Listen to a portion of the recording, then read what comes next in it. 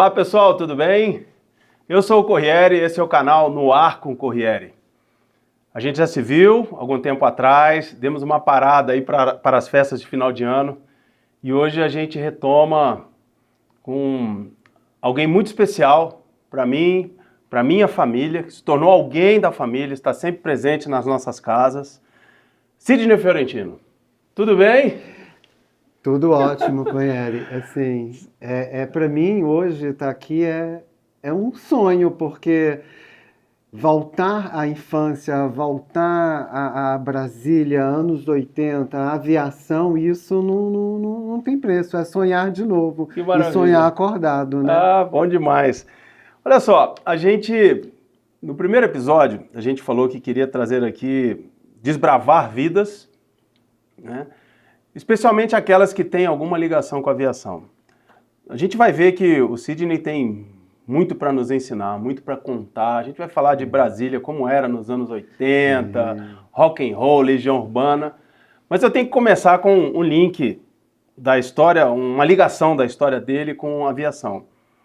E certo dia a gente conversando, ele me contou de uma história de um voo panorâmico que era ofertado aqui em Brasília para os pioneiros. Me conte essa história aí, Sidney. 1975, antes disso eu sempre tive um fascínio pelo céu, eu sempre gostei de ver nuvem, eu sempre gostei de olhar para o céu, imaginar figuras no céu. E em 1975, o Juscelino ele ofertou para os filhos dos candangos um passeio panorâmico em Brasília, Caramba. né, para os pioneiros e como outras coisas da época eram dadas para os filhos e até mesmo para os pioneiros. E eu fui contemplado junto com os meus irmãos, amigos daquela época fazer esse voo. E aí foi o meu primeiro contato com o ar, que foi uma coisa extremamente significativa para mim.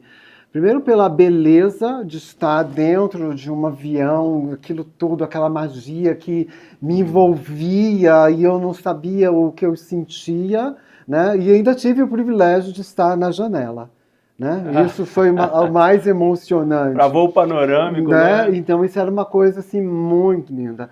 A aeromoça, quando surgiu e dava as balinhas, e eram balinhas, me lembro até hoje, de hortelã, papel verde, lencinho no pescoço, aquilo ficou assim muito registrado dentro de mim.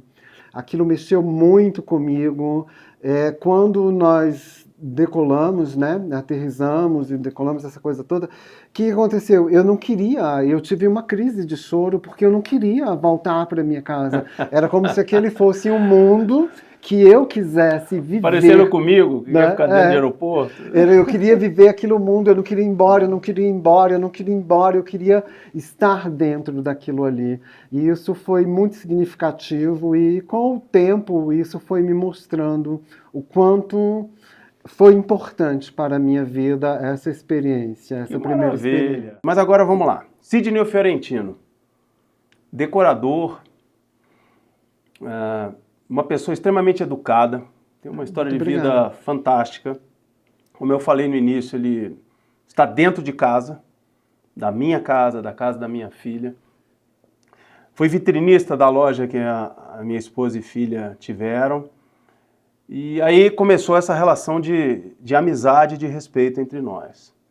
Sidney, me conta aí da sua infância. Bom, Como é que foi? Onde você nasceu? Como é que era a sua família? E aí a gente vai avançando no tempo até a gente chegar no rock and roll aqui de Brasília. O que acontece? Eu sou filho de candangos, né, que vieram para cá na construção. Meus pais trabalhavam na noite no Rio de Janeiro, vieram para Brasília para trabalhar na noite, né? Casa noturna, essa coisa. Eu venho nascer aqui mesmo em Brasília. Eu chego em 1965 aqui em Brasília, né? Nesse plano, nesse lugar lindo, nesse céu maravilhoso. E a minha história, ela meio que se divide na infância. Rio de Janeiro, Brasília, Rio de Janeiro, Brasília. Como os meus pais, eles estavam muito envolvidos com a vida noturna, então a gente ficava na casa de tio, tinha algumas tias que cuidavam da gente. E isso, para mim, foi uma coisa muito importante. A gente volta de novo na aviação, porque como meus pais conheciam muita gente, meu pai era da noite, minha mãe também, primeira casa noturna do Núcleo Bandeirante, meus pais tinham, e aí eu juntava no final de semana os candangos com muita comida, muita festa, né? Meu pai é da Paraíba, minha mãe do Rio, então tinha uma mistura de Nordeste com Rio de Janeiro, então as pessoas meio que buscavam esse tipo de diversão naquela época, né? E aí, nesses intervalos, eu estava sempre em contato com o Rio, indo para casa de uma tia, de uma amiga, da mãe, e isso foi muito importante para mim, né? Porque na minha adolescência, quando eu entro nesse lugar aí de 10, 12 anos, a gente meio que já para com essas viagens, né, de dividir os lugares, porque já começa todo mundo a estudar em Brasília, e aí já estamos aí em 80, nessa loucura toda. Eu fui uma criança e uma adolescente muito privilegiado, não tem como negar isso, né? Eu fui privilegiado no sentido de viver isso, né? Hoje eu converso com alguns jovens e quando a gente fala sobre o que foi os anos 80 em Brasília, eles falam, eu queria muito viver, eu queria muito viver. E eu vivi, me entreguei. Intensamente, né, e me permitia viver. E que isso, para mim, foi maravilhoso, né? Como eu disse, o meu pai, ele, num determinado momento, ele construiu uma casa. Nessa casa, ele ia trazendo um irmão, um primo, um tio, e ele meio que ia dando... Envolvendo todo mundo no negócio. E dando possibilidades de trabalho dentro de Brasília. E eu lembro que uma coisa que é muito forte, quando eu realmente começo a andar na trilha do rock, na 302 Norte, eu tinha um tio que veio para cá e ele foi porteiro do Bloco I, né, na 302 Norte. E aí o que aconteceu? Como ele não tinha filho e ele era casado, eu era sempre convidado no final de semana, nas férias, para ir ficar com eles, né? E aí o que acontecia? Onde começam os meus privilégios, né? Eu começo a conhecer pessoas, eu começo a conviver com as pessoas que moravam ali, e dali era um convite para um bar, para uma festa, para um show. Ali na 110, a gente tinha o Cine Carim, e no Cine Carim tinha um bar que chamava Foods, né? 110, Cine Carim na 110 Sul, não é? Isso, aí tinha um bar. Eu lembro que a primeira vez que eu fui a esse bar, eu me transformei, porque tudo aquilo que eu ouvia falar, tudo aquilo que eu via pela televisão, que a informação era até difícil naquela época, o primeiro show que eu vejo é de uma banda de Brasília chamada Mel da Terra, né? Então você imagina uma criança vendo um show do Mel da Terra. Quantos anos você tinha? Eu acredito que dava muito novo, acho que 10 anos, menos um pouco, né? E você vê um show pela primeira vez. Fantástico, né? As pessoas todas de cabelo grande, que era uma coisa que me encantava, a juventude, aquilo tudo. Então aquilo mexeu comigo, aquilo já... E eu sou uma pessoa que sempre fui muito sonoro. A sonoridade, ela sempre esteve dentro de mim. A música, né, o ar, os elementos, eles estiveram muito dentro de mim, até porque eu também estive muito no lugar do lúdico, né? Os meus pais, eles me colocavam, vendo esses aviões hoje aqui, a primeira coisa que me lembrou era de uma revista chamada Recreio. O meu pai, ele me dava semanalmente essa revista. Essa revista te ensinava a colorir, trabalhos manuais, pintar, fazer brinquedinho. E aí você ia juntando uma espécie de um selinho para ganhar a maquete de um avião. Olha, é interessante isso, né? Demais, demais. Né? E aí você vê que o avião, ele tá ligado dentro de você, né? Na realidade, eu acho que a aviação é um mundo mágico e acaba que... É difícil você encontrar alguém que vá falar alguma coisa contrária à aviação, no sentido de não gostar de aviação. Eu costumo dizer em aeroporto que a aviação é hipnótica. Eu lembro da época que eu voava na aviação do Exército, em alguns locais assim, muito isolados na Amazônia, como você estava com os motores acionados, aquele ruído enorme. Você via atrás da cerca crianças hipnotizadas, adultos hipnotizados, olhando. Ficava olhando E Correia, uma coisa que foi maravilhoso. muito engraçado comigo nessas questões, principalmente do passeio panorâmico, o quanto as pessoas me perguntavam que não podiam fazer Depois, esse tipo de passeio. Como que é? Como a é que aviação é? era muito caro para se viajar de Sim, avião, sim, né? Uma época, hoje em dia está mais popularizado, graças uma a família Deus. para conseguir uma viagem era, né, Era um evento, né? Viajar de era um avião. acontecimento, né? Sidney, olha só, uma coisa que eu costumo falar para os jovens, você mencionou aí a sua emoção de assistir a um show ao vivo, né? Ainda jovem. Meu primeiro show. Hoje né? em dia, a gente tem tanta imagem de show, vídeos, streaming, é um monte de coisa. Então, no meu entendimento, na minha percepção, a emoção de assistir algo ao vivo naquele tempo, anos 80, Pela primeira vez. pela né? primeira vez, era diferente da emoção de ir a um show ao vivo com hoje. certeza. Uma exibição ao vivo hoje. Eu vou a shows hoje em dia, mas quando eu me recordo que a gente viveu mais ou menos a mesma época em caminhos diferentes, caminhos não opostos, mas eu vivi algumas experiências aqui em Brasília, você viveu outras, mas quando eu cheguei, por exemplo, no Rock in Rio de 85, eu fiquei deslumbrado com aquilo, porque eu conhecia AC/DC por pôster que você comprava em banca que era de uma revista, dificuldade você ter uma esse tipo notícia de ou outra que informação, saiu, né? ainda tenho revistas aqui Sim. daquela época. Então, quando você via, eu falei, cara, não estou acreditando. Era um disco de vinil que você escutava. Sim. Uma Então, radiola fantástico. pequena, um grupo de amigos Agora, ali, né? vamos falar de uma paixão comum. Legião Urbana. Olha, Como você teve contato com a o Legião, banda? ele Como surge foi? na minha vida como a vida de todo adolescente daquela época, né? A cidade era, como a gente está falando, essa questão de você viver isso. Então, eu me permiti a viver isso. Os pilotizes debaixo dos prédios, que aí você já sai do trecho Asa Norte, já vai para Asa Sul, né? Você já começa a andar por ali, você já começa a andar no Chinicarim, você já começa pela rua, e as pessoas se começam a falar do rock, né? O meu primeiro contato com Legião Urbana não foi dentro de Brasília, foi na cidade satélite, foi no Núcleo Bandeirante, né?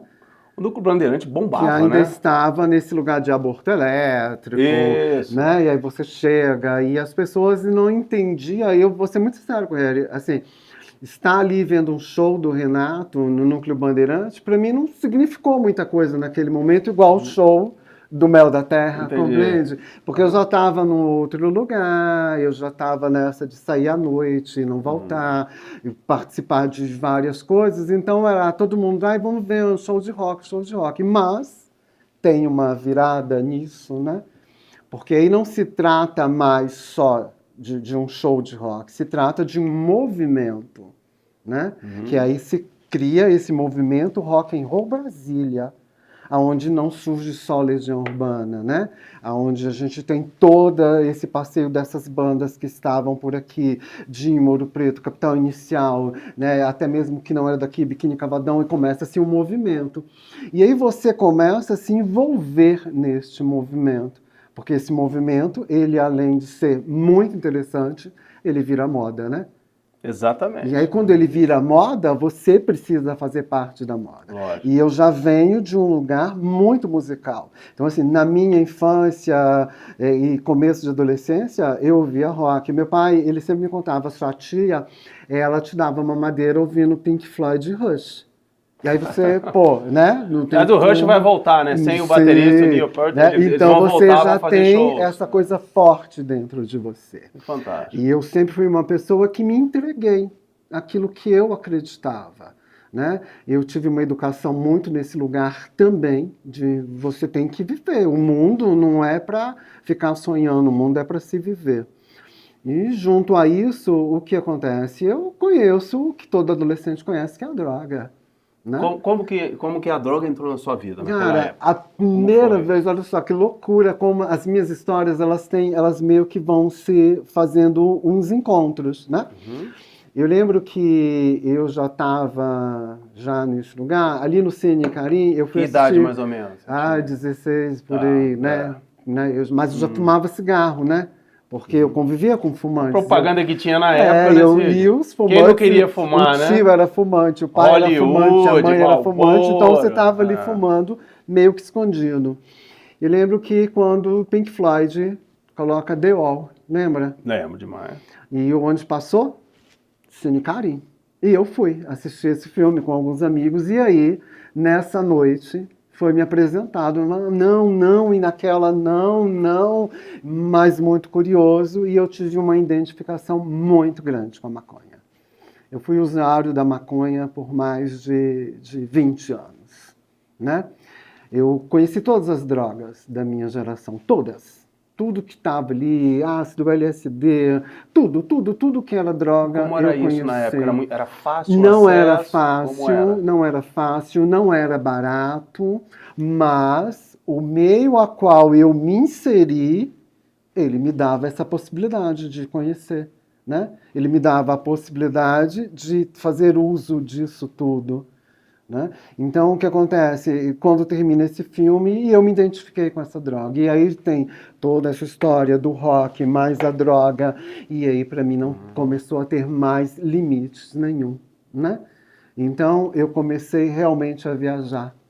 Mas aí já não era uma viagem como aquela criança que se apaixonou Ia para pelo casa avião. dos tios. E viaja, e começava-se Brasília, e viajava literalmente aquele adolescente, aquela criança que sonhava com o voo aéreo, que teve esse presente maravilhoso, ele fazia a viagem, mas a viagem alucinógena, né? E isso não deixa de coisa. Mas junto com tudo isso, é importante a gente voltar para essa questão do rock daqui, que era muito forte. Porque Brasília era uma cidade, a capital de um país, e ao mesmo tempo era o interior do país. Compreende isso? Isso, compreendo. A informação, tipo, quando eu chegava do Rio, todo mundo queria saber o que estava acontecendo, o que estava na moda, o que era. E às vezes, muitas vezes, a gente até criava histórias, porque a gente... Aumentava, né? Para virar o popular. A arte, ela sempre esteve ligada dentro de mim. A arte esteve... Eu tenho flashes, assim, como eu te falei, os meus pais sempre me colocaram no lúdico, sempre estiveram neste lugar. Mas a música, ela foi muito latente sobre mim. Então, eu fiz parte do movimento Rebeldia mesmo. Eu colei o papel no poste, a polícia correu atrás de mim, eu apanhei, eu levei porrada, eu pichei, eu fui pichado, fui pego pichando e fui pichado. Mas eu queria viver, né? Então, assim... Isso afetou o relacionamento seu na época com seus pais? Como foi? Como eles A encararam minha sexualidade, ela foi uma sexualidade muito Não, eu digo a relação sua com seus pais em decorrência do uso de drogas, na época. Sim, depois porque eu acho que, assim, o meu pai... Seu pai, eles sabiam... Eles... Não ou pelo como, fato de eles não. trabalharem na noite, eles não conseguiam te acompanhar de perto? Justamente pelos fatos de eles trabalharem na Aí noite, que eles já entendiam. entenderam Entendi. que chegou a hora. Eu tenho uma passagem com meu pai super bonita. Num dia de domingo, isso foi um divisor para mim, tá?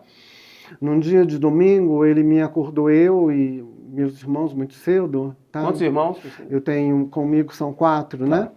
Eu sou o segundo e tenho mais uma irmã e um irmão. E minha irmã, primeira, ela é mais velha, é uma menina. E aí, quando ele percebeu que a gente estava conhecendo esse universo, ele nos levou numa clínica de recuperação, né? E aí, aquela coisa estranha, levantar todo mundo cedo, o lanche, a gente pensava que era um piquenique, um passeio, não era. E nos levou... Levou a sua irmã mais velha, você... Eu e meu irmão. A caçula não foi, né? E aí era distante daqui de Brasília, eu acredito para os lados de Anápolis, Abadiânia. O chamou para um passeio, quando chegou lá, e tipo, então, tem 2 caminhos. Este é um deles, vocês que vão escolher. Eu não posso, né? O meu pai, ele tinha uma... Ele não os levou para interná-los numa clínica. Ele os levou para conhecer mostrar. Se continuarem onde vocês Tem estão, caminhos. o final é aqui. Tem caminhos. Ou... Tem esse caminho ou tem um outro caminho que, abertamente, ele não disse, você pode usar isso para curtir. Olha só que coisa interessante, Harry. Você, dentro dessa temática do meu pai.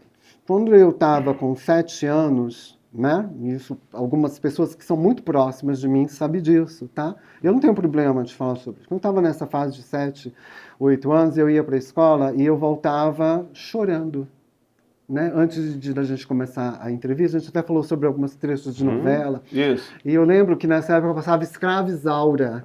E era Marco, 6 horas né? da tarde, 6 horas, passava o Batman, lembra? Um desenho, e depois começava... O Adam West. Isso, não era? né? A gente tinha uma barriguinha. Sim, a gente sempre tinha um desenhozinho para começar a novela. E eu sempre chegava, e esse era o horário do jantar. E aí sempre coincidia, meu pai ele participava disso e ele uma vez perguntou, e eu me lembro muito bem disso, falou, o que está acontecendo com ele? Porque eu sempre fui uma pessoa alegre, divertida, brincalhona, o que está acontecendo? E eu acredito que minha tia dele falou, não, ele está chegando da escola sim. E aí, né? Chegava triste, no caminho de Triste. volta. Por quê? Porque eu apanhava, porque eu era diferente de todo mundo. Quem É o que assistiu, chamam hoje de bullying. quem assistiu a Pequena Miss Sunshine, eu era a verdadeira Pequena Miss Sunshine daquela época, né? Eu tinha um mundo meu.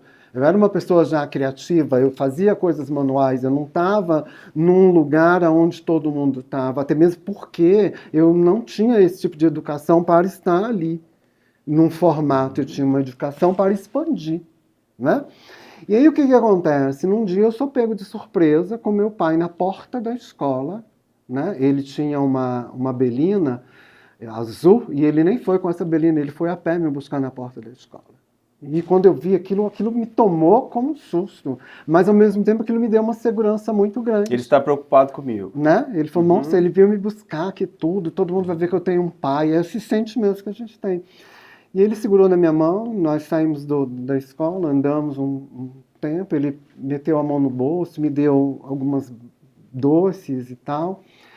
E aí ele olhou para mim e falou, você não precisa vir para aqui, você não precisa estar nesse lugar, você não precisa apanhar para aprender. Você pode ser o que você quiser. Basta você fazer as escolhas dentro do que é certo. E aí eu saio da instituição de ensino, eu sou, como se diz, analfabeto funcional, eu nunca estudei, eu aprendi a ler, eu aprendi a escrever, eu aprendi a somar 1 mais 1, 2 mais 2 e não passou disso. Fala bem. E eu fui buscar a minha vida, você entende? A importância da família, você entende que aí as pessoas dizem, nossa, mas você com uma família dessa, você cai na droga. Não, era o momento. Era moda, que é totalmente diferente de hoje. Hoje, se um adolescente cai nesse lugar, ele cai por burrice, porque ele quer também, né? Há muito mais informação Do sobre que os na época, os malefícios, há muito mais controle. Com certeza. E aí, onde as pessoas... Então, eu tenho uma base dessa forma familiar e, ao mesmo tempo, eu caio nesse lugar. Mas eu queria viver. Entende? Que ao mesmo tempo ele me deu uma liberdade, foi me dado um... E você falou, né? Você foi criado num ambiente, a cultura era da noite. Sim. E à minha noite... casa, final de semana, era cheio de músico, era cheio de artista, era cheio de mulheres, eram homens que dançavam, eram mesas fartas de comida, eram jogos. Então você estava num mundo que não era um mundo comum para uma criança e adolescente. Não. Você estava no mundo dos boêmios, né? Você estava no mundo já de quem estava ali falando de política de uma outra forma, de quem estava falando de música, de quem estava falando de festival, de quem estava falando de várias coisas. E a cultura sempre ali dentro. Né? Eu lembro que esse lugar, esse universo de arte, ele era muito forte dentro de mim. Então não tinha como eu não viver tudo o que eu vivi nos anos 80, até um pedaço dos anos 90, dentro da música, e principalmente dentro do rock aqui em Brasília. Eu lembro que no Rio tinha o Circo Arpoador. Circo Arpoador. Né? E aqui foi feito o Grande Circular, que é até o nome do ônibus, que é ali onde é o Museu Redondo. Então, assim, eu estava num momento que eu estava buscando tudo, com fome de tudo, eu queria ver tudo. E aí chega esse movimento, o Grande Circular aqui, e o Biquíni Cavadão vem se apresentar aqui. Eu não tinha um centavo, tá? Eu vivia de artesanato nessa época. Eu fazia pulseira, eu fazia colar e me virava daqui, dali, suporte para planta, essa coisa Como toda. você hoje faz algumas bolsas muito bonitas, por sinal. Totalmente o trabalho manual na minha vida e tal. E aí, vamos, eu preciso ir. E eu sempre tive esse lugar do ter um start. Né, que eu digo, eu sempre tive anjos que colocaram a mão na minha cabeça e do nada eu venho... Soluções para problemas rápidos. Tinha que ter uma solução imediata. Rápido, né? E a gente convive, você sabe que eu sou uma pessoa age rápido. Eu peguei uma camiseta preta, peguei um biquíni, coloquei o biquíni colado na camiseta, coloquei um sapato de plataforma, uma meia e escrevi Cavadão atrás. E cheguei. Quando eu cheguei, entra. E eu assisti o show. Disso já me rendeu as oportunidades que eu tinha e que me davam, que surgia do nada. Isso já me colocou dentro do show. Desse show eu fui parar dentro de uma boate no Lago Sul, chamado Intercote, com todo o pessoal da banda, entendeu? Com todo esse pessoal da banda que estava ali. Então você já sabe que era bandeja prateada, com muita neve dentro, o dia amanhecendo, né? Jorginho Guinle conta das Sim, festas ali sim, da Avenida Atlântica no Rio, que havia as bandejas com... Eu acabei de ver essa semana, né, a Ângela Diniz, onde mostra que aquilo era uma realidade. Então, assim, Gilberto Salomão, Boate Zoom, você saía aqui da 202, tá? Ia a pé para o Gilberto Salomão para ir na Boate Zoom. Voltava a pé de madrugada, louco, né? Então, assim, você não tinha opções de não viver isso dentro de Brasília, né? Nos anos 80, você não tinha como não viver. Ir no roller skate, eram os movimentos. Esse é um que tinha do lado do Gilberto, Isso, que a gente já foi lá patinar, entendeu? Teve a época dos patins. E aí não tinha como você não estar inserido nisso, porque era o que tinha, e você tinha que ir. Né? Aí a gente pode voltar de novo. Nossa, mas como que você conseguia isso? Mais uma vez, eu volto. Eu fui educado para o mundo, amizades. Não era um oportunismo. A gente volta no ponto. O meu pai colocou todos os irmãos para trabalhar. Um foi motorista, o outro foi porteiro. O tio, que tinha pouca instrução, trabalhava. E aí, nisso, eu acabava que, de alguma forma, eu fui beneficiado com isso. Até quando eu comecei... É como atualmente tem os parças, né? Os parças. E até que chegou o momento que eu consegui andar com as minhas próprias pernas, conhecer as pessoas, viver a realidade. Né? Então, assim, eu lembro que as pessoas que chegavam em Brasília, elas não queriam saber nada, elas queriam saber de rock, elas queriam saber de festa. Que a gente divide o rock dos anos 80 com as grandes festas. Brasília foi a capital dos anos 80, das festas mais loucas que as pessoas podem imaginar. Só quem viveu e quem vai ver esse podcast vai se lembrar. Eu vivi parte disso, Sidney, mas... era, como eu te falei, um outro caminho. Sim. Né? E assim, muito cedo eu já estava em colégio militar aqui em Brasília. Em 79 eu fui para o colégio militar. E início de 84 eu já saí de Brasília para ficar interno na Academia Militar das Agulhas Negras. Mas eu fui na Zoom, eu ia para o Gilberto e passei, quando havia um feriado ou outro, eu vinha lá de Resende, no estado do Rio, vinha para Brasília e sempre mantive um contato muito forte com Brasília. Me lembro de um show da Legião Urbana que, para mim, foi um dos mais fantásticos que eu já fui na vida. Foi um show no Morro da Urca. Sim. Até foi gravado em CD já, um álbum duplo ao vivo, maravilhoso. Você subia no bondinho, você assistia a Legião um show de 2h30, quando eles estavam no auge. Maravilhoso. Que aí já sai do rock de pelotis, de baixo de era uma coisa mais estruturada. Já vira a banda, né? Que já tem uma comunicação, já tem uma linguagem verbal. E o que eu gosto muito é que eu vivi as duas fases. Eu vivi a banda desacreditada, eu vivi... E ao mesmo tempo também quando ela se projetou... A Cris, quando teve aquele show em Brasília, lembra? Que ele... Da Quebradeira, eu estava ali. Vou te contar uma passagem de Mané Garrincha. Ele veio, eram várias bandas que a gente teve, Roconha, Rock Cerrado, e eram festas que tinha esses nomes na época.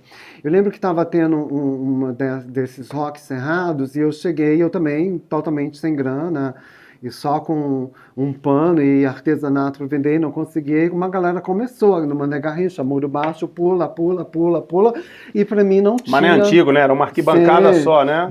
Era um quarto com arquibancada, ele era não enterrado. Tinha limites, pula, pula, pula, pula, e nessa eu pulei. No que eu pulo, puf, já caiu, abraçado pela polícia, né? Aí já é convidado a sair para fora, aí já vou parar na 11ª delegacia, que era DM, Delegacia de Menores, entendeu? E o show Lago Baixo. Então, assim, isso não era um comportamento só meu, isso era um comportamento de uma juventude que estava ali se libertando. Há pouco tempo me fizeram uma pergunta, Corriere, sobre qual é o estilo de moda de Brasília. Se a gente for analisar no passado, Brasília só teve a sua cara de moda nos anos 80. Né? Tinha uma identidade. Uma identidade visual, porque era o jovem que estava impondo aquilo ali. Né? Hoje a informação de moda ela é pulverizada, tudo, todo mundo tem todo tem tipo muito de mais informação. Mas naquela acesso. época, se você pegasse, como no meu caso que já tinha essa habilidade, você pegasse um All-Star, jogasse que boa nele, para ele desbotar, e enchesse ele de alfinete, no outro final de semana você ia ver 4, 5 pessoas, porque todo mundo estava ávido pelo diferente. Eu me lembro que já quando eu começo a fazer a transição do rock para a noite gay, eu entrei num lugar que comecei a ouvir falar muito de punk, né? O que é punk? Movimento jovem punk. E aí, para você ter esse tipo de informação, era extremamente complicado. Aí já era essa galera que eu era privilegiado de estar perto, que viajava, ia passar as férias em Nova York, era o filho do ministro, o filho do deputado, e que trazia essa informação para você. No máximo, ele te dava de uma fitinha cassete para você ouvir com uma banda que ele descobriu lá, que era do momento. Então, assim, para você conseguir um pouco mais de informação, você tinha que ir ao Teatro Nacional, o Hotel Nacional, o Hotel Nacional que fica atrás do CONIC, que ali tinha uma banca de revista, onde vendia revista importada. Eu não falava uma palavra de inglês, mas eu traduzia a imagem, né? E aí eu comecei a passar sabonete na cabeça e tive um momento que foi muito legal dentro de Brasília, que eu fui chamado a primeira bicha punk, era eu. Não é verdade? Cabelo com sabão, roupa de couro toda rasgada, suja e em show de rock e ao mesmo tempo já transgredindo para um outro lado, a qual eu não conhecia, que era a boemia de Brasília. Né? Setor comercial sul, só quem é mesmo raiz sabe. Boate Estalinho, né? Ali, no setor comercial, onde a gente vê aquele tanto de prédio, existia uma vida noturna. Aquela via que liga o eixo monumental, passa na frente do Hotel Nacional. Isso, porque subindo aquilo ali, para aqueles prédios todos, ali havia uma vida noturna, ali havia bares, né, estalinho, estalão, que era a casa noturna onde as pessoas iam para se beber. Já tinha as meninas trabalhando, né? E aí quando você descia, você já caía no baixo, né? Que seria ali o CONIC, que é onde começa as boates Le Beton, La Boheme, New Aquarius, os barzinhos todos. E aí eu já saio daquele lugar totalmente rock and roll, bate-cabeça, grudado na grade, roda punk, e vou conhecer esse universo. Que aí esse universo ele já me coloca num outro lugar que não é só dessa sonoridade. A droga era muito presente também nesse ambiente? Aí é onde a droga se torna presente. Porque quando eu estava nas bandinhas de rock, nos showzinhos alternativos, até no próprio Rock Cerrado, Roconha, né, esse lugar, a droga era uma brincadeirinha. Compreende? Compreendo. Você entrava ali no show, você fumava um beck, que era o que tinha, era o baseadão mesmo, que era o que era oferecido. Você fumava um lança-perfume, alguém tinha, terminou aquilo ali. Cheirava o lança-perfume. Sim, e lembro de uma coisa que era muito louca. Tinha, na época, a máquina de escrever, aí tinha um vidro que limpava a ferrugem, chamava, nunca me esqueço disso, lipa-tipos. A gente cheirava aquilo ali e era o auge, né?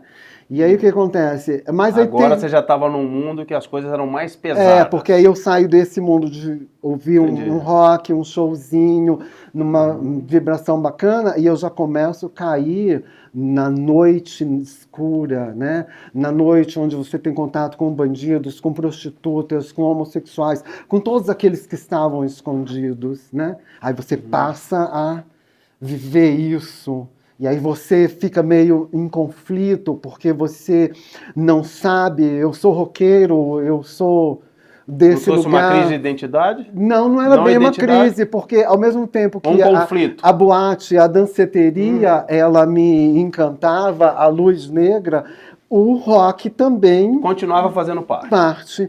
Né? Então eu tinha esse conflito, mas eu sou roqueiro, mas eu gosto disso. E aí eu comecei a entender, não, eu tenho o direito de gostar do que eu quiser. E aí você começa a conviver com outras pessoas. E aí a gente entra nesse lugar da política, dos políticos e suas grandes festas nas madrugadas. Onde Essas eram o quê? Onde? Lago Sul? Lago Sul, né? Porque Chácaras. Lago Sul, chácaras, mansões mais afastadas, né?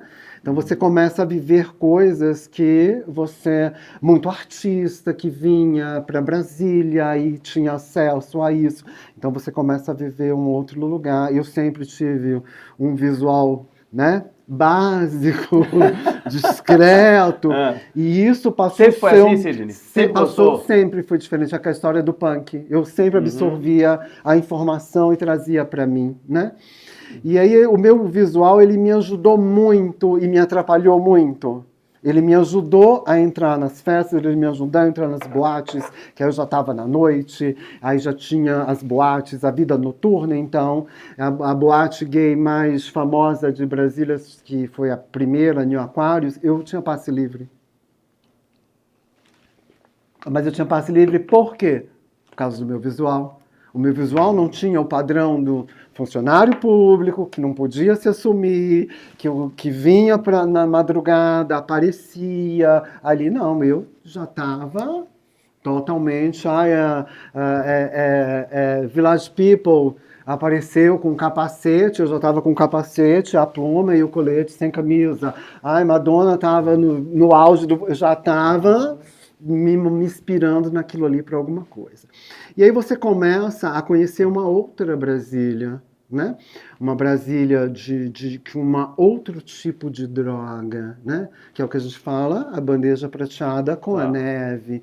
Então, assim, era uma disputa de quem poderia oferecer isso numa quantidade maior e melhor. Eu lembro de uma festa, eu tive várias festas assim, muito significativas na minha vida. Mas eu lembro de uma festa que eu fui no Lago Sul, que quando eu cheguei nessa festa, tinha uma imagem de um Buda de 5 metros, mais ou menos, de altura. Aquilo, eu totalmente louco, eu não sabia lidar com aquela situação. E aí começava a entrar uma outra sonoridade dentro da minha mente, que não era mais o rock, essa coisa de boemia, de boate, já era uma sonoridade eletrônica que se começava a chegar. Então você imagina que loucura que era isso? Assim, e isso era potencializado pelas drogas. Isso, e também porque era um acesso novo, e só quem tinha a informação e quem tinha o dinheiro. Então houve muitas disputas de festa na noite candanga. Tá? De quem oferecia mais droga, de quem oferecia a melhor novidade, de quem oferecia o diferencial. E aí é onde a gente compreende que existiam aquelas pessoas que estavam ali, porque elas tinham que estar ali, elas se entregavam aquilo ali, mas que era uma coisa que quando amanhecia o dia, ninguém conhecia ninguém. Né? O que aconteceu ali, aconteceu ali. E já ficava lá, já pagava por lá e Sim, amanhecia... à noite, o dia, cada um segue o seu caminho, as orgias sexuais, até a próxima festa, onde se vê. Se viu na rua, não sei quem você é, nunca te vi, né? Porque ninguém queria estar neste lugar de estar na Berlinda. E eu sempre fui do batalhão de frente mesmo, então... Para mim não tinha problema nenhum. Então você via pessoas, filhos de ministros, deputados, senadores, empresários nessa noitada, e que quando o dia amanhecia nada aconteceu. E se você passasse por de alguém em algum momento, em alguma situação, nunca nos vimos, nunca não sei quem você é. Era o código, né? E eu sempre respeitei, porque eu sempre queria estar nesse lugar. Não sei, não vi, não sei quem é, né? Sidney, e essa passagem, né, do mundo do rock para esse mundo diferente que você experimentou, mergulhou fundo, em que momento que você começa, não vou chamar de acordar, mas entender que aquilo estava te fazendo mal? Eu comecei, assim, só para a gente entrar nesse viés, eu acho que assim, o que acontece, que é importante colocar? Eu estive em todos os lugares, eu estive em todas as festas. Eu lembro que a primeira coisa que me marcou muito, de tipo, acho que isso não está certo, eu estava numa festa na UNB, na Colina, e as festas eram bárbaras, tá? Quem viveu sabe. Entendeu? A antropologia amava as festas. Então eram umas festas muito loucas, e aí um dia me convidaram, tá? no meio de uma festa dessa, tipo, vamos para a Asa Norte. A Asa Norte já estava com o estigma que era o lado marginal de Brasília, né? Garotas de programas, prostitutas, homossexuais, bandidos, todo mundo se escondia meio que do lado da Asa Norte, era o lado negro. E muito bar, muita boemia, que já estava a coisa crescendo. E eu saio da UNB e vou para essa festa. E eu sempre fui uma pessoa de causar, né? Se você me pergunta, se arrepende disso? Não sei. Não, eu vivi. Como eu disse, eu vivi e eu não tenho arrependimento de nada. E eu chego num desses bares subterrâneos, né? Isso é bem interessante. Quando eu entro, uma pessoa fala uns palavrões para mim, tá? E eu revido esses palavrões, né? Só pra gente começar, vai entrar no que você quer, só que eu acho importante pontuar isso. Eu revido esses palavrões. Isso me rende sair desse bar, Corrêa, às 6 horas da manhã e ficar de 6 horas da manhã do domingo até a quarta-feira num apartamento desses das 400, prédio baixo, com Renato Russo, né? Não tivemos nenhum tipo de envolvimento, mas conversando. Por quê? Porque ele não entendia este lugar ainda da sexualidade. Ele não entendia... muitas pessoas dizem que o Renato foi preconceituoso. Não, ele foi uma pessoa com conflitos. Conflitos, para mim, tá? No meu ponto de vista. Ele não entendia porque eu era tão livre, né? E nessa mesma noite eu fui desafiado e eu pedi uma garrafa de Dreia, né? Quando me perguntaram o que eu queria beber, eu pedi uma garrafa de Dreia, veio Dreia e um copo, e eu entrei no banheiro, quando eu saí eu já estava nu e me sentei e fiquei bebendo, né? Então você queria colocar, chamar a atenção? Não, era o meu instinto. Né? E aquilo que a gente fala, as referências que você vai ter do diferente, eu tenho que ser diferente, eu não fui programado para estar neste lugar de igual. Eu não sou isso, eu não tenho um padrão. Né? E aí, quando eu saio dessa loucura toda, é que eu começo a descobrir que isso está ficando pesado. Sem controle? Sem controle, porque eu já estava num lugar que eu já cheguei na criação do mundo, eu já estou nu, não nascemos nu, já cheguei, para onde eu vou? Já começa, entendeu, a me perturbar. Você começou a pensar que alguma coisa pouco mais de tipo assim, pô, cara, o que você vai fazer daqui a pouco? Né? Então, onde você vai chegar, onde né? Você vai Depois chegar, disso, o que mais tem para acontecer? Como vai acontecer? E assim, o sexo era uma coisa muito livre, né? A gente vai falar antes da AIDS, né? O sexo era muito livre. Então, assim, bacanal era uma coisa normal para aquela época. Se você não participasse de uma suruba, de um bacanal, você não estava enquadrado dentro de um movimento que talvez seria mentiroso, rock and roll. Porque aí já vinha aquela informação que você coloca hoje em dúvida. Ela era verdadeira, ela é ilusória, ela é mentirosa. Em Woodstock todo mundo ficou pelado, todo mundo transou a revelia, ou foi alguém que contou essa história e aí todo mundo quis viver isso de alguma forma, né? Então a gente hoje, se a gente para friamente, será que foi alguém que chegou e falou, não, porque todo mundo que estava em Woodstock não tinha, era homem com homem, mulher com mulher, 20, 30 pessoas transando. Ou será que realmente aconteceu ou não aconteceu? Ou alguém contou isso e disso? Porque muitos dos modismos, principalmente do rock, aconteceram, muitas lendas surgiram disso, de pessoas que começavam pulverizar histórias, e como a informação não é como a que a gente tem hoje, que é uma, né? As pessoas passavam a acreditar em tudo. É o que eu falei, você chegava do Rio de Janeiro de férias... Você contava a história um pouquinho aumentada para... Tudo que eu contasse era verdade, né? Eu vi fulano, eu vi o Tony Ramos, eu vi a Vera Fischer na praia, eu vi fulano... E aí? Não era aquilo que a gente falou sobre aviação. Nem todo mundo tinha acesso, nem todo mundo podia viajar. Então você virava... né, o personagem que tem o que falar, né?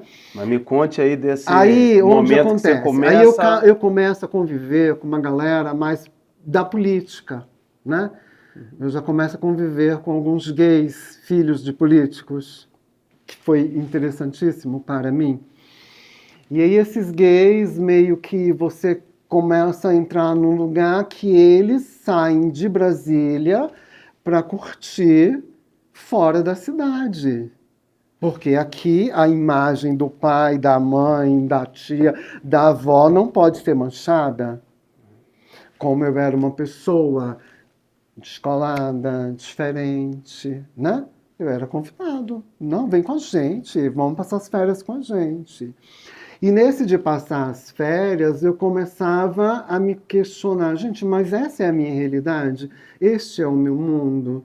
Eu estou cada vez caindo num lugar que, de repente, talvez não é o que eu quero. E principalmente em relações a drogas, que não eram as drogas. Então, assim, eu fui numa festa, numa chácara, Corriere, e aí os chás, eles sempre fizeram parte da minha vida, né? Daqui a pouco a gente vai entrar nos chás religiosos. Eu tomei chá de papoula com belladonna, chá alucinógeno, né? Então, assim, lembra da radiolinha? Eu comecei a olhar para aquela radiola, o braço, né, que a gente fama e agulha. Eu vi uma serpente rodando, para você entender que loucura aquela. O nível da alucinação. Muito, muito. E aí você imagina aquilo regado a rock, em rock pesado. Então, aquilo te causava uma alucinação muito louca. Eu olhava para o chão tinha vida. E aí é nessa hora que no dia seguinte eu comecei a entender, então, o meu Como lugar... era a volta à lucidez? Como era a volta à lucidez? Terrível, terrível, porque eu caía num lugar de memórias afetivas da minha infância, memórias dos ensinamentos dos meus pais, né? Do que eu realmente era e que eu estava num lugar, porque caía a culpa, né? Eu estou me destruindo. Como é que eu vejo uma radiola virar uma serpente? Né? Que loucura é essa? Que loucura é essa tomar um LSD e ficar num lugar totalmente paranoico, andando de um lado para o outro e sem entender o que está acontecendo na sua mente? E aí eu comecei eu não abandono as drogas ainda, tá? Mas eu faço uma coisa assim, acho que meio para me consolar. A minha droga é a maconha. E realmente, a droga que eu tive mais identificação foi a maconha. Tá? Você falou que foi usurado uns 20 anos. A maconha, ela foi uma coisa assim que, para mim, era a minha droga. Ela não me fazia ter esse tipo de alucinação terrível. Era uma droga que me fazia me sentir bem, entendeu? Aguçava o meu poder criativo. Eu achava isso ótimo. Adorava trabalhar manualmente com ela na cabeça, né? Mas nessa loucura toda, a gente vai entrar agora quando realmente eu saio desse lugar. Mas a música permaneceu, sempre esteve permanece presente na sua e vida, até né? hoje. Eu tenho que levantar ouvindo música. Se eu não ouvir música diariamente, isso me faz mal. Eu ainda estou nesse lugar de ouvir muita coisa que foi muito importante lá atrás, mas também não cair, como a maioria dos meus companheiros, de não entender o que está acontecendo hoje. Eu procuro ver, dar a minha opinião, vejo que tem sonoridade, gosto muito da galera jovem de Brasília que está aí, montando nova cultura, rock and roll. Amo o MPB, sempre fez parte, porque aí vem da memória afetiva das minhas famílias, os cantores, os festivais de música que eu via pela televisão com a família Sua mente toda. nunca foi fechada para nada. Né? Para nada, eu não fui programado para isso. Quando eu saio desse lugar de escola com meu pai, ali entre os 14 e 15 anos, eu tive que virar um alienígena. Eu tive que desenvolver a audição, eu tive que desenvolver a visão, eu tive que entender o que as pessoas falavam, né? Então, todos os lugares que tinha, eu estava meio que absorvendo tudo isso, porque eu não tinha um contato, eu era a pessoa rejeitada. E isso era interessante para mim. Então, se alguém estivesse falando alguma coisa de mim, eu entendia. Eu olhava, eu entendia quem estava em destaque nos lugares, né? Então, meio que você vira um ET ali durante um tempo. Aí o que acontece? A gente vai chegar na minha despedida da droga. Já no final dos anos 80, começo dos anos 90, eu fiz amizade com uma galera, também já do meio político, do Acre, Maranhão, né? Maranhão principalmente, né? E que estavam aqui, vinham para cá e tinha que vir, e eu já estava trabalhando já com moda, arte, né? Então já tinha os contatos, esse trabalho que a gente faz, que eu amo fazer, alguém já me chamava para fazer uma decoração de Natal em suas casas, e eu já estava num lugar bem bacana, né? Que a gente pode depois pontuar um pouco sobre o artístico no final. Eu vivi da arte, eu nasci na arte, e a arte é a minha vida. E aí eu conheço o Santo Daime, né? A Ayahuasca. Quem te apresentou? Ou você a foi, filha ou você foi um desses amigos aí, ou amigas? O filho de um político tinha acesso, trazia, e aí a gente fomos para uma casa, na primeira vez que eu conheci. O rock também fazia parte. Eu lembro que foi muito engraçado isso. Eu já estava entendendo um outro lugar do rock, né? Eu já não estava mais no Rush, no AC/DC, no Pink Floyd, eu já não estava no Pantera, eu já não estava mais aí. Eu já estava vendo um outro rockzinho, com uma outra pegada e tal. E aí o que acontece? Quando chega neste lugar, eu faço uso dessa bebida e isso me faz um mal terrível. Porque dentro dessa loucura toda que eu vivi, eu sempre tive um lugar espiritual dentro de mim, né? As minhas tias, o meu pai, a oração, o que era certo. Existe um criador, mas não esse criador que é dominador, que culpa, que julga. Existe um ser maior. E aí você compreende que você vem de pai dos anos 60, mente super aberta, paz e amor, rock and roll, eles já entendiam outras coisas. Então, músicas indianas, universalismo, entender outras religiões, isso era uma coisa interessante. E passavam isso para a gente. Não se limite a uma coisa. Agora existe o momento da escolha. Eu sempre estive nesse lugar com os meus pais de escolha. Você pode ser evangélico, você pode ser, né, da Umbanda, você pode ser do Candomblé, você pode ser da igreja cristã. Conheça. Só não faça uma escolha sem conhecer. Então, voltando. Então, eu tomo o Santo Daime, eu acho, com isso, ouvindo rock. A primeira vez fez muito mal? Muito mal, mas muito mal, porque eu entrei num lugar muito triste, muito doloroso. Eu chorei. Uma coisa que era para ser uma diversão virou choro, e eu não entendia por que eu chorava. Mas aí é porque já existia a questão do meu DNA espiritual que eu não conseguia entender, né? Essa coisa toda. Tá, passa. Eu, quando chego aí em 2015, eu ainda estava na maconha, tá? Mas de uma forma recreativa mesmo. 10, 11 anos. Já tem mais ou menos isso. Mas de uma forma bem recreativa.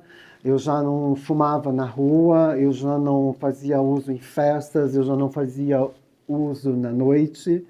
Né? Já era uma coisa dentro da minha casa, dentro do meu universo, eu me sentia mais confortável, e hoje eu já meio que era uma preparação para tudo que vinha acontecer, comigo e veio acontecer. Então eu tenho uns amigos, e eles foram conhecer, né, a medicina sagrada, o Santo Daime. E quando eles tiveram sua experiência, eles começaram, você precisa conhecer, você precisa conhecer, você precisa conhecer, você precisa conhecer, você precisa conhecer. Eu, gente, mas eu já conheci isso, né? Lá atrás, isso não foi bom para mim, não gostei disso. Eu fiz várias vezes esse ritual, que não era um ritual, mas de tomar bebida. Hoje eu comungo, eu tomava, né? Como se fosse um vinho que dava loucura. E eu não quero isso, mas isso foi ficando de uma forma com ele tão desconfortável para mim, porque eles eram meus amigos. A gente ia para festa junto, estava junto, tinha uma boa... Então, eu acabei que eu falei, não, eu vou. Né? Bom. Vou lá. E eu vou começar da seguinte forma, tá? A ayahuasca, o Santo Daime, tem uma coisa que muitos padrinhos falam, que é mais ou menos o seguinte, ela é para todos, mas não é para todo mundo, tá? Então, ela é uma coisa única, o que vai acontecer comigo jamais vai ser o que vai acontecer com você, né? Com o outro, cada um é uma história. Eu me propus a ir 3 vezes, tá? Porque se pede que quando você vai no intuito religioso, que você vá 3 vezes. Você vai a primeira, a segunda e a terceira. A terceira é o divisor, é isso que eu quero ou é o que eu não quero, para mim. Ou eu sigo ou eu né? caio fora. Caio fora. A primeira vez eu fiquei assim, quando eu cheguei, eu falei, gente, que tanta de onde que esse povo mora? Uma galera totalmente alternativa, diferente, nada igual ao que você via na rua e tal, tá? Meu trabalho, primeiro trabalho que a gente fala trabalho, foi em fevereiro, que eu tomo, né, como medicina espiritual. Primeira coisa que eu vejo, o céu, né? Você comentou aqui, Céu, sua paixão céu, pelo céu, céu. céu, céu, céu. Depois eu vejo água, água, água, água, água, água, areia, água, areia, água, areia. E eu escuto uma coisa que foi bem importante para mim. Você pode mudar tudo isso. Aí você me pergunta, você ficou 4 horas lá e o que mais aconteceu? Não aconteceu mais nada para mim, tá? Eu só ouvi isso, você pode mudar tudo isso. No segundo trabalho, eu já tive uma orientação de uma pessoa que já estava há algum tempo, que tomou conhecimento da minha situação, de que eu era muito louco. Cara, eu saía de segunda a segunda. Eu não tinha uma pausa. Eu era noite, festa, bar, boate, gente... E a droga junto? E a droga fazendo parte. As drogas, né? Teve esse momento que eu te falei, Lógico, que eu não caio entendi. só na maconha. Aí tá, cara, muita loucura e tal. Aí a pessoa foi me acompanhando. Falou assim, olha, hoje, faz de conta, olha que louco isso. Tava louco pra te contar isso. Você vai entrar num avião, tá? Antes de começar a sessão.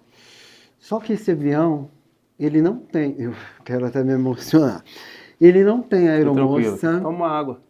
Ele não tem aeromoça, ele não tem piloto. Compreende que o avião volta de novo para a minha vida? Olha o que ela disse, você vai entrar num avião hoje, só que esse avião ele não tem piloto, ele não tem copiloto e ele não tem aeromoça. Quem vai conduzir o avião é você. Aí ela me levou até o altar, eu tomei o cálice, né, sem... Voltei pro colchonete, ela vendou os meus olhos. E você pergunta, você entrou dentro do avião? Eu entrei dentro de um avião, mas o avião da minha realidade. O avião onde eu percebi que eu estava perdendo o controle da minha vida. Né? Eu estava perdendo todo o controle, porque eu era uma pessoa extremamente conhecida pelo meu trabalho. Então, tudo que foi prêmio de moda que Brasília teve, eu ganhei. E as vitrines mais lindas da cidade esteve na minha mão, quando existia esse mercado de moda, que por uma outra pauta a gente pode entrar no que virou a moda no nosso país. Eu estive presente, eu era convidado para viajar o Brasil todo para fazer decoração de loja. O dinheiro era uma coisa que fluía na minha mão, mas não parava na minha mão.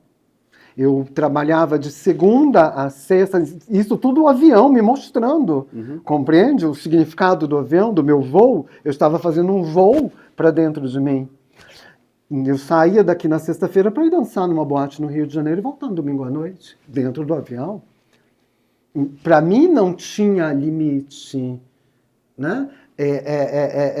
Eu tinha que estar nesse lugar. A galera de moda de Brasília, principalmente dos anos 80, 90, toda sabe que eu era a referência de moda. Hoje eu ainda dou os meus bons né? Assumo a idade, os 60 anos, mas não sou aquele velhinho comportadinho. Longe disso. Os meus seguidores sabem muito bem que eu passo a minha mensagem dentro do que eu acredito, né? Então, o que acontece? Eu comecei a ver isso, eu comecei a ver como a minha vida estava. Eu comecei a entender que o que eu achava que eu estava construindo, eu não estava construindo nada. Muito pelo contrário, eu estava destruindo. Compreende isso? Vários castelos de areia, né? Sim, nada Clima, vem a era chuva e- palpável. Ai, o roqueiro, o punk, o gay, que Brasília inteira parava para ver quando chegava na porta de uma boate porque não se vestia de forma padrão, comum. Aquele que entrava nos lugares, que desbravava tudo. Eram castelos de areia. O que tinha de sólido nisso? Tinha o que eu queria viver. Essa solitude estava dentro do que eu queria viver, né? E assim, e eu sempre digo, eu sempre fui muito privilegiado espiritualmente, né? Então esse voo, ele foi me norteando isso. No final dessa viagem aérea espiritual, eu ouço também, e as pessoas que comungam vão compreender perfeitamente quando eu falo eu ouço isso, né? Eu ouço o seguinte, então, só você pode mudar o último capítulo da sua vida, porque ele é o mais importante. É ele que importa na vida do ser. Saio desse segundo trabalho, ainda meio lá, meio cá, entendeu? E o terceiro que era o decisivo. Decisivo, que aí é onde eu chego no terceiro trabalho. Para a gente falar do terceiro trabalho, eu vou ter que voltar justamente ao Renato Russo, para você entender que loucura que ele, quando ele fala João de Santo Cristo, as luzes da cidade de Natal. Meu pai, ele tinha uma Belina, uma Kombi e uma Vemaguete, eu acho que era o nome desse carro.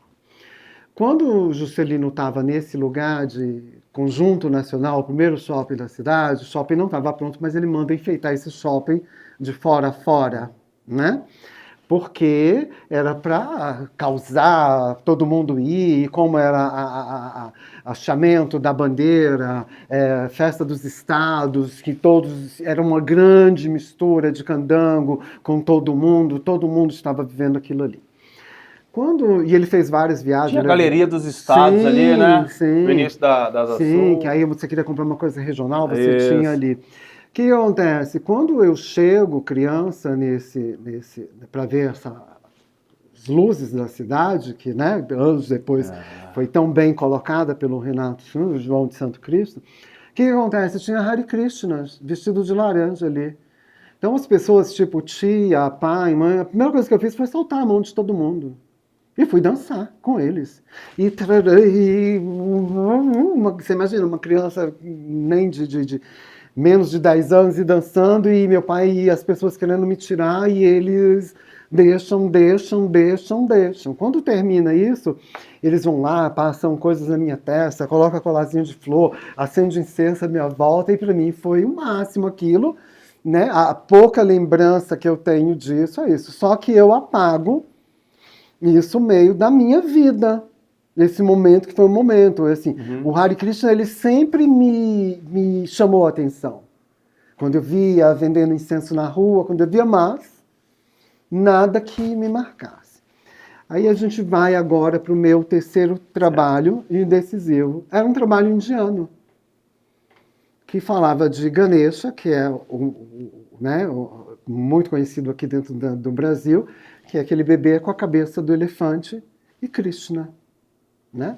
Então, que a gente fala a miração, né, espiritual, minha primeira miração era uma cabeça de elefante enorme, branca, na minha frente. Quando eu entro na energia do chá espiritual, na força mesmo.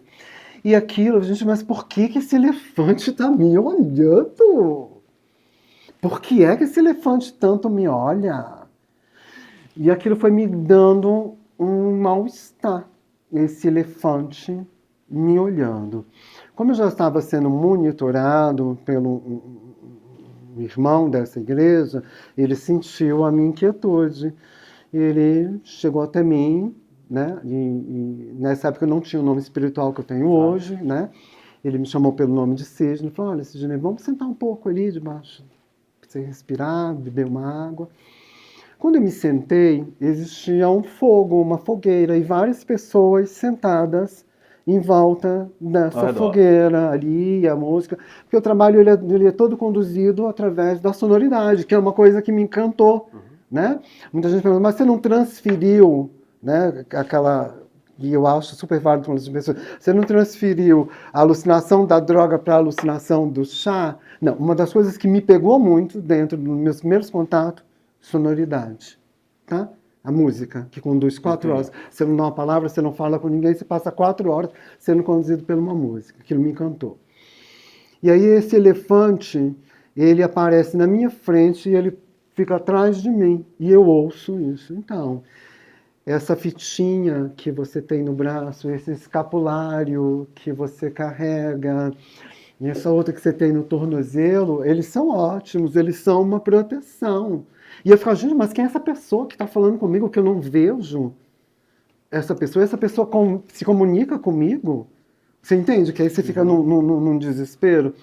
Elas são ótimas de proteção, mas pelo tempo que tá, elas não estão te protegendo de mais nada. Se permite hoje a viver tudo que você tem para viver.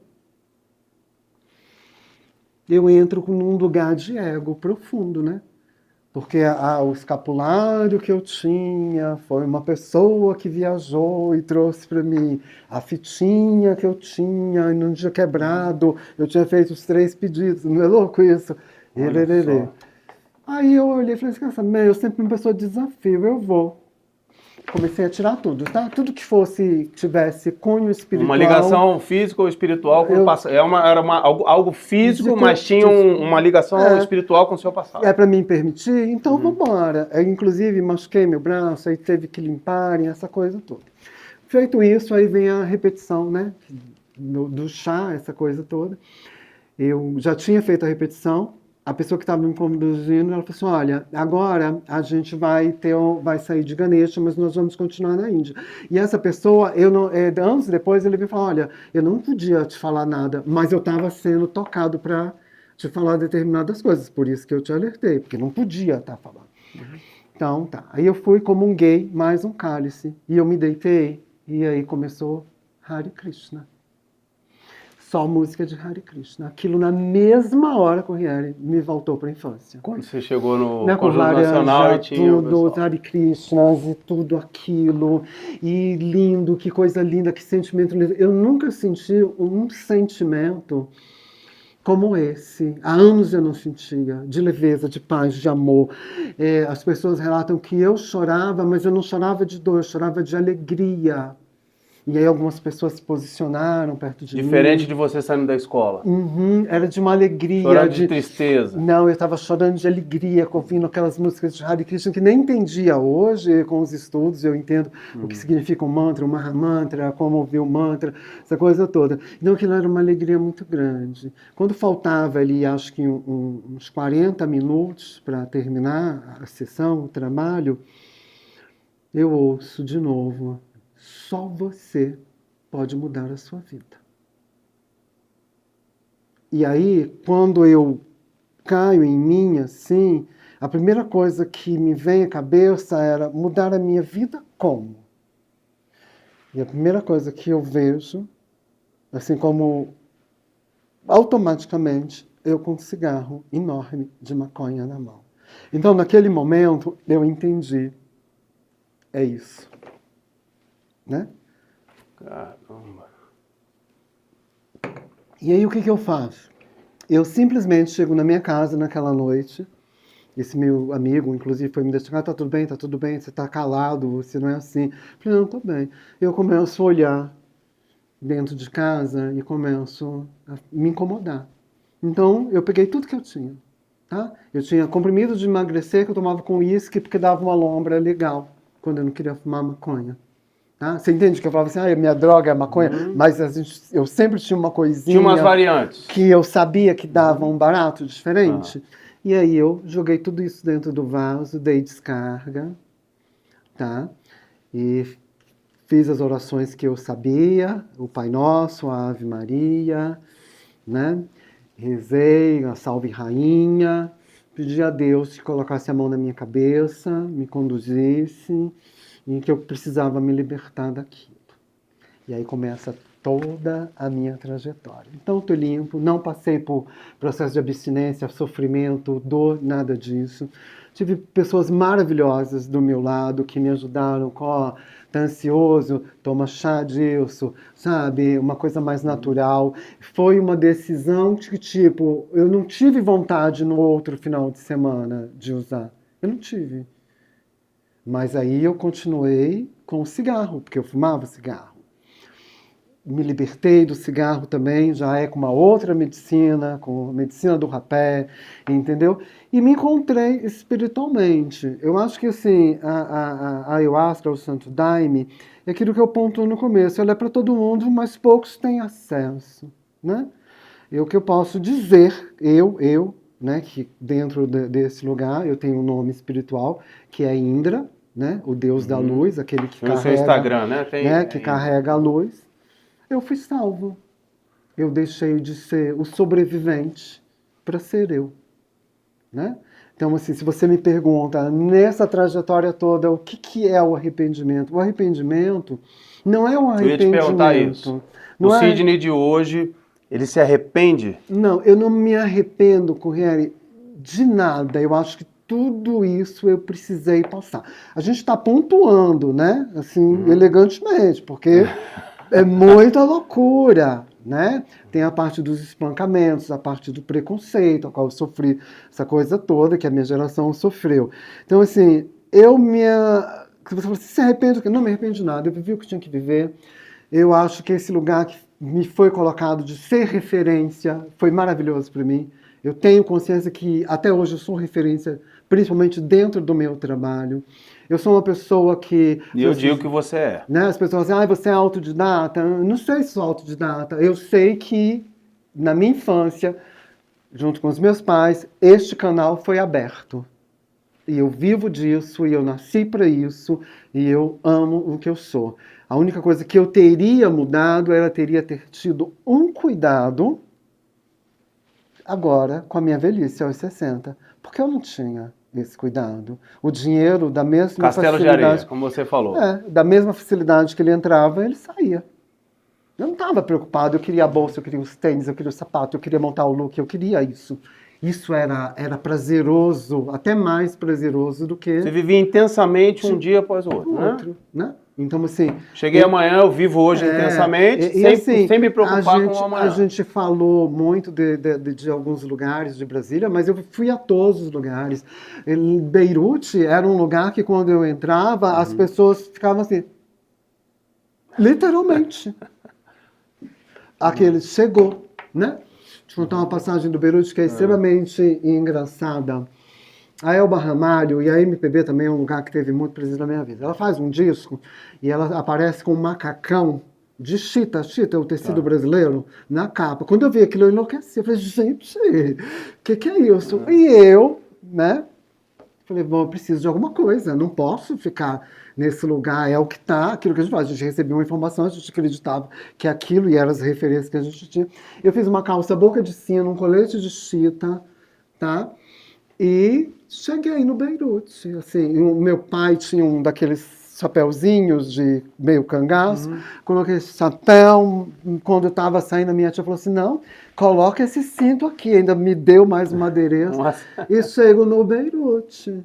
Então você imagina as pessoas assim, o que é isso? Como é que é isso?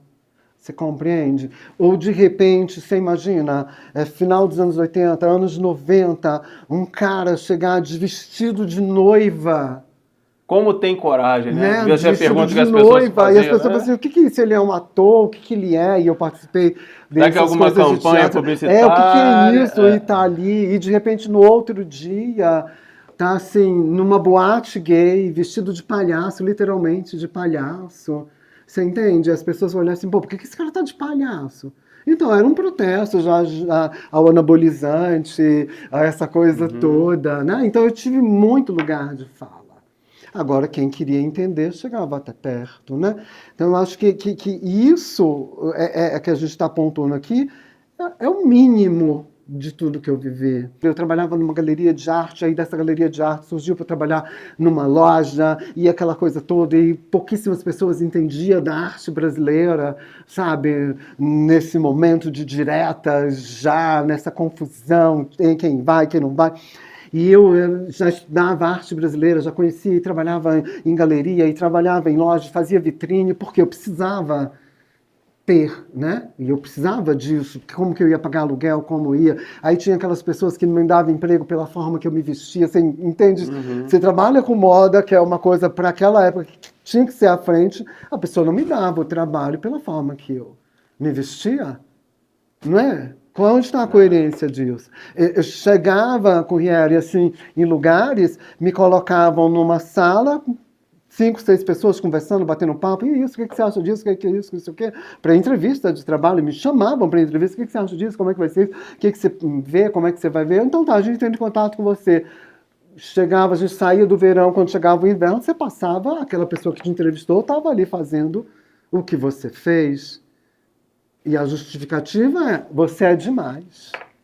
Trabalhei numa empresa, daqui de Brasília mesmo, uma marca bem conhecida de Brasília, que eu saí pela forma que eu me vestia. E o que é engraçado, que o que eu fazia lá atrás, 30 anos atrás, hoje é o que a garotada está fazendo e está achando que ela que está criando, que é o mais louco.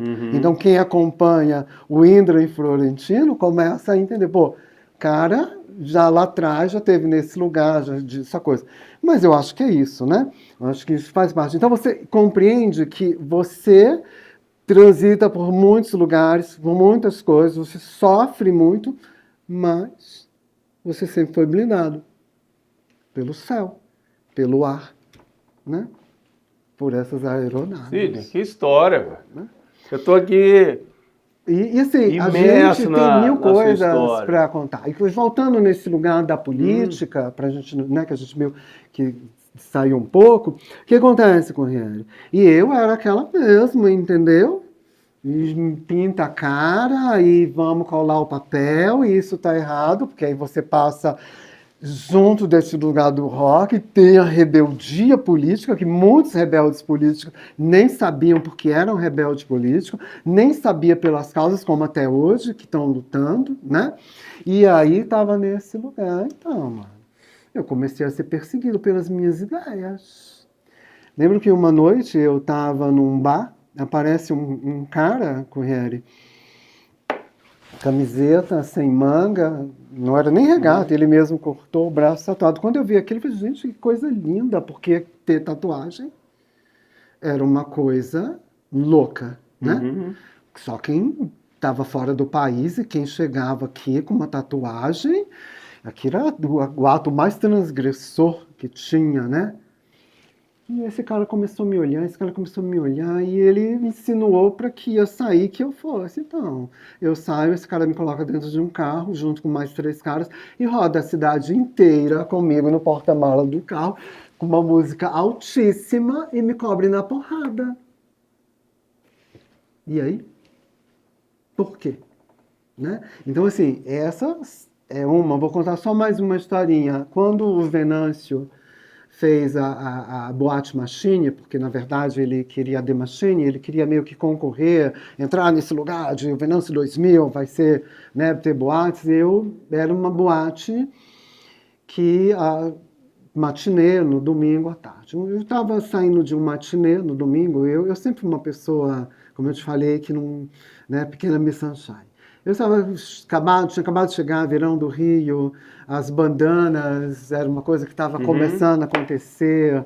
Essas blusas que as menininhas hoje estão achando que estão tudo, eu já usava cortado, short, jeans e patins. E fui para essa boate, para a matinê.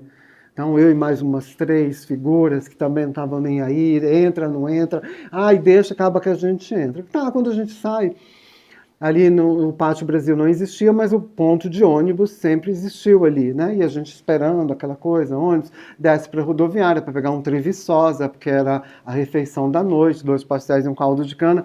Você saísse do que fosse, era rock, era boate, era festa, era tradição, né?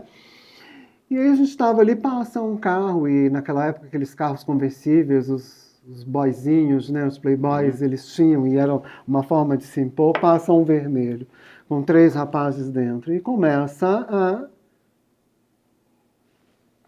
Com certeza já tinha nos visto naquela noite, dentro da boate, e pá, pá, pá, e eles vão ali, ó, pega ali a igreja, né, do Bosco, mas volta, passa por baixo, buzinando, dando tchau, e aí a gente meio que se empolgou, né? Você imagina? 3 bonecas jovens na noite à procura de diversão com 3 playboys. Quem era mais abusada? Eu. Pararam o carro, eu fui cumprimentar, alegremente, entendeu? Inocentemente, Muito entre entre aspas, mas achando aham. que dali ia dar uma boa noitada para nós 3 e para os 3. Quando eu cheguei bem perto, ele só pegou o extintor de incêndio todinho em cima de mim. Na época eu morava no Gama. Você imagina você voltar pro Gama, no Corujão, todo branco? Então, isso era o que acontecia, né? A gente era proibido de entrar em determinados bares, a gente era proibido de entrar em determinados restaurantes.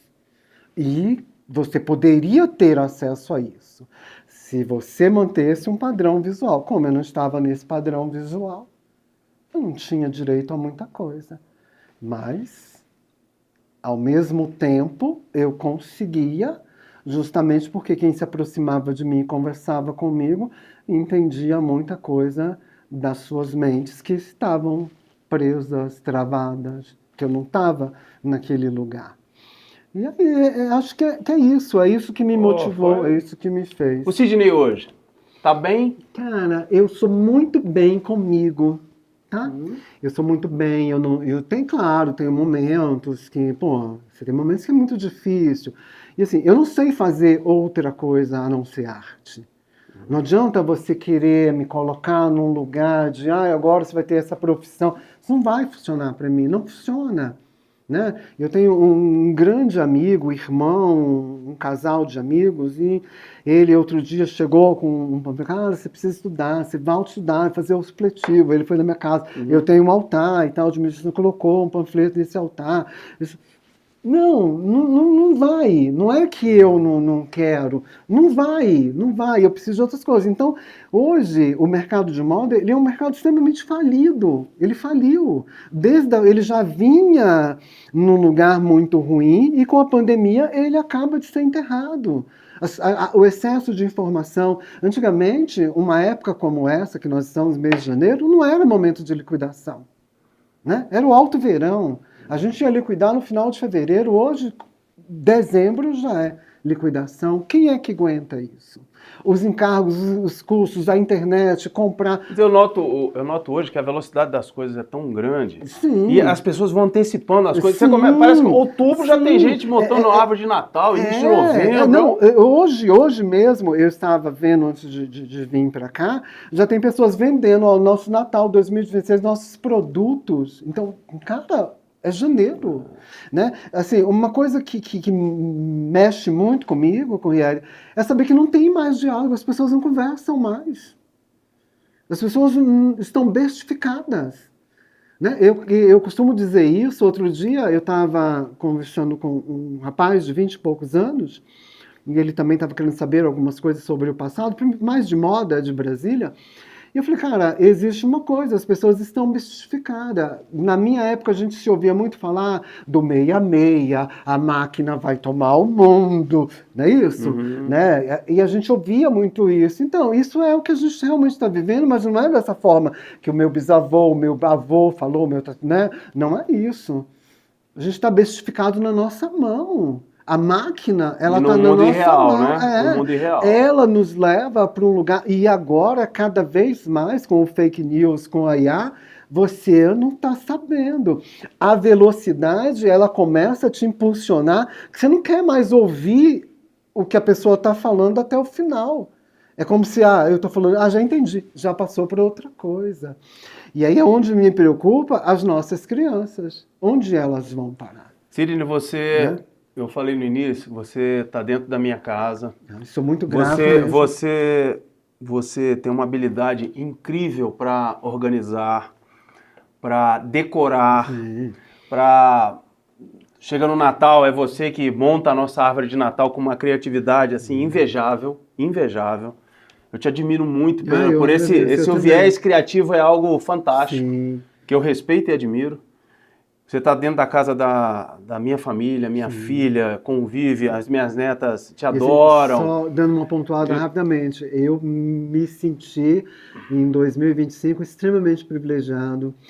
Foi um presente para mim, você sabe disso. Todos vocês sabem, toda a sua família, todos, todos. Eu, sim, para mim foi o meu presente poder fazer as bodas de diamante dos seus pais. Aquela Legal, meus decoração. pais fizeram 60 anos de casados, a Aquilo gente para teve mim uma festa reunindo toda a família depois de muito tempo e o Sidney foi peça fundamental para o sucesso da festa. E eu vou ser muito sincero com o Rieri. Ah. Quando me. Ah, porque é você. Eu falei, gente, não, é um decorador.